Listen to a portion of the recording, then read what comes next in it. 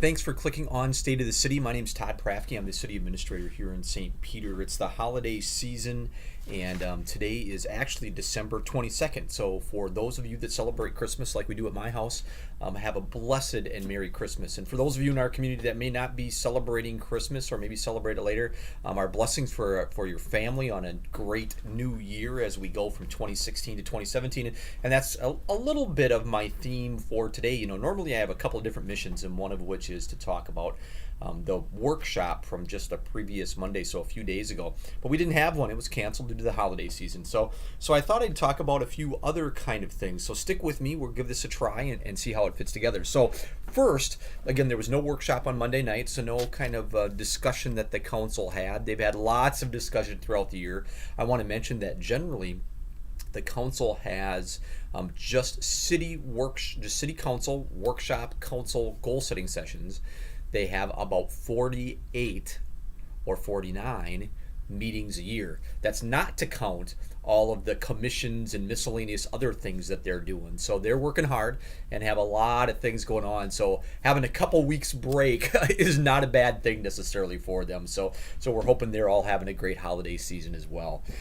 So a couple of changes for the new year. First of all, you know, new budget starts in the new year. So we've talked about taxes a bunch of times. If you want to know more about that, check out our website, check out our hot sheet. You can go to archives on some of our hot sheets and see a lot of information related to what's going on with finances. But there are a couple big things that I wanted to mention specifically.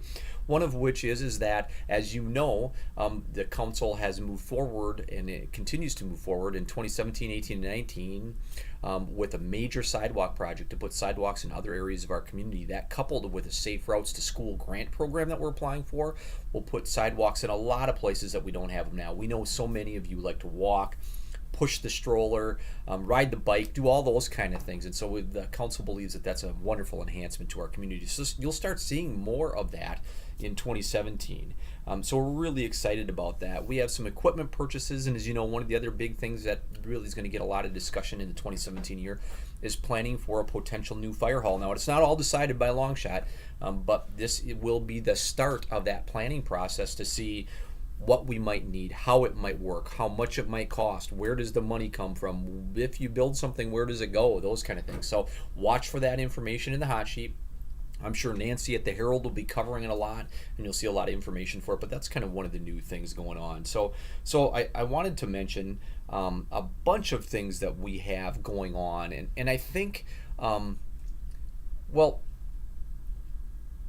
just like anything that we do, there's a bunch of activities. So Community Spirit Park, which is that park that's associated with the new high school campus, that'll come online some point in 2017. Gardner Road, there'll be a roundabout by the new high school, but Gardner Road will get paved, and many of you drive that very often, and that'll be a substantial improvement to our community. And right next to it, there's going to be a trail with some benches and some water fountains and all that kind of stuff. Traverse Green, our housing subdivision, is if you haven't been out there, you should go out there on Traverse Road, kind of the intersection of Traverse Road and County Road 20 or Nicollet Avenue. There's houses coming out of the ground right now, so we have one that has a purchase agreement on it, and a number of them are people in process getting ready to hopefully buy, occupy, use those homes. We're excited about that for families that are working families, and we're excited to give folks that opportunity for home ownership. The old armory, so right downtown, is going to start to see that planning process move forward for repurposing of that. So we're really excited about that. A private developer has purchased it, and they've got a wonderful plan for what they might see happening there. There's going to be some work well, you don't know which direction I'm pointing, but just to the north of where I am, by the Highway 99 bridge, that bridge that goes out to Whiskey River. That bridge is supposed to see work this summer through DOT, and the area in front of Jake's Pizza there, in front of the old woolen mill and the Pulse, is going to see some work in managing the roadway, making it safer, making it more attractive, all those kind of things. So we're really excited about that. We have a lot of rental units that are going to be coming online in Welco West and on the north end of town and some other places. We have some more work we're doing around the trail, around Hallett's Pond.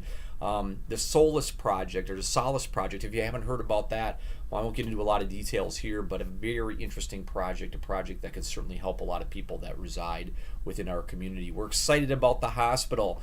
And the hospital is, well, the 26th year is certainly its busiest year within the last couple of decades. I didn't go back more than 20 years, but man, certainly our busiest year within the last couple of decades. So we're really excited for that River's Edge, which is a community city-owned hospital, to be able to help so many people and do such good work and achieve so many awards and high ratings about the kind of service, the quality of people that they employ, and the quality of service that they provide to people that are sick or in need of care. So how cool is that?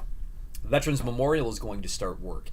If you want some more information on that, you can check out our city council packet from December 12th was our last council meeting. There's some great imagery on there about what that thing is going to look like, so we're excited to see that happen.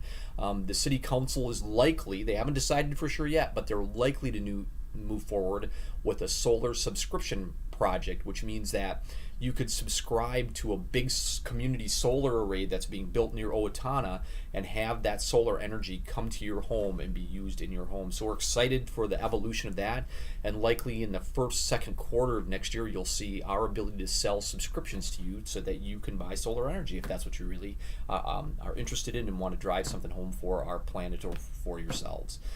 We have some great cooperative efforts that are going on.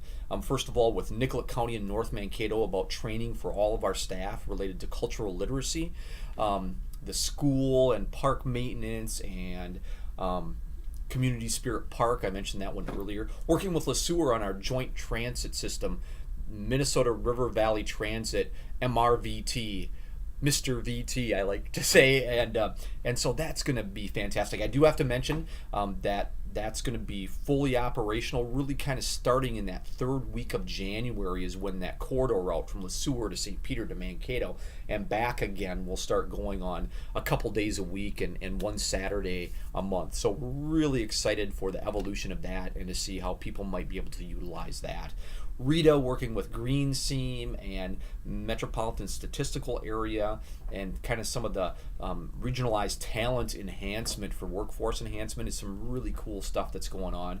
And then I got to also mention, this is the list, and I've mentioned this before and I think I've shown the sheet before. This is that list of, I got to look around and make sure I got it on the screen. There we go.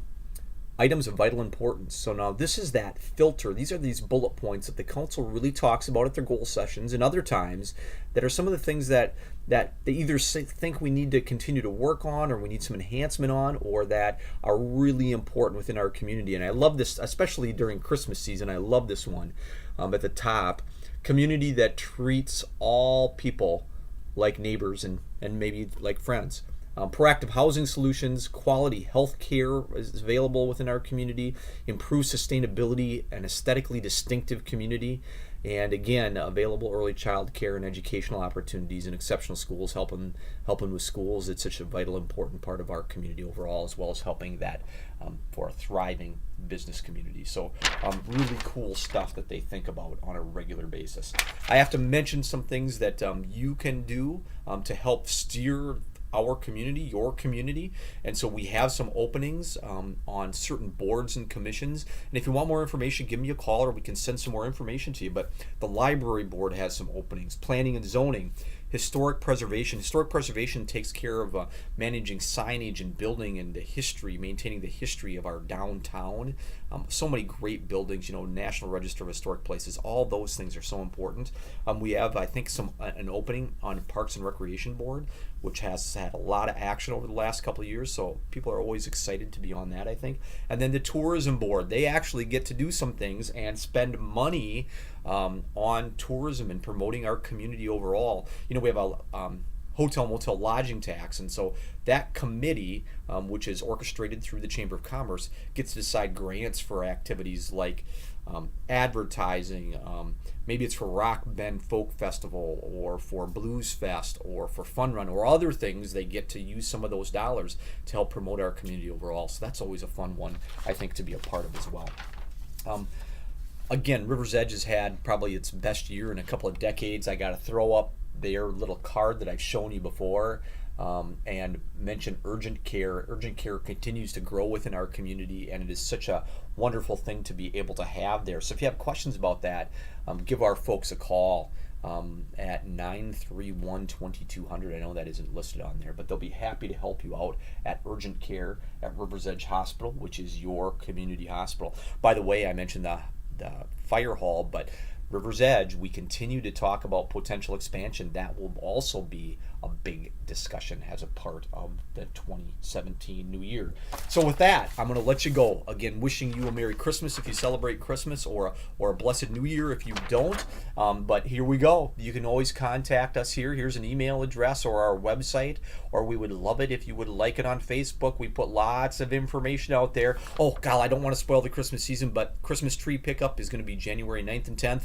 No artificial trees, no lights, no ornaments, that kind of thing. No, not in a bag, just the tree out on your boulevard, not in the street, on the boulevard.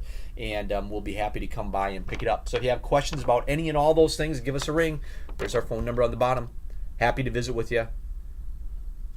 Y'all have a great day. Thanks for clicking on.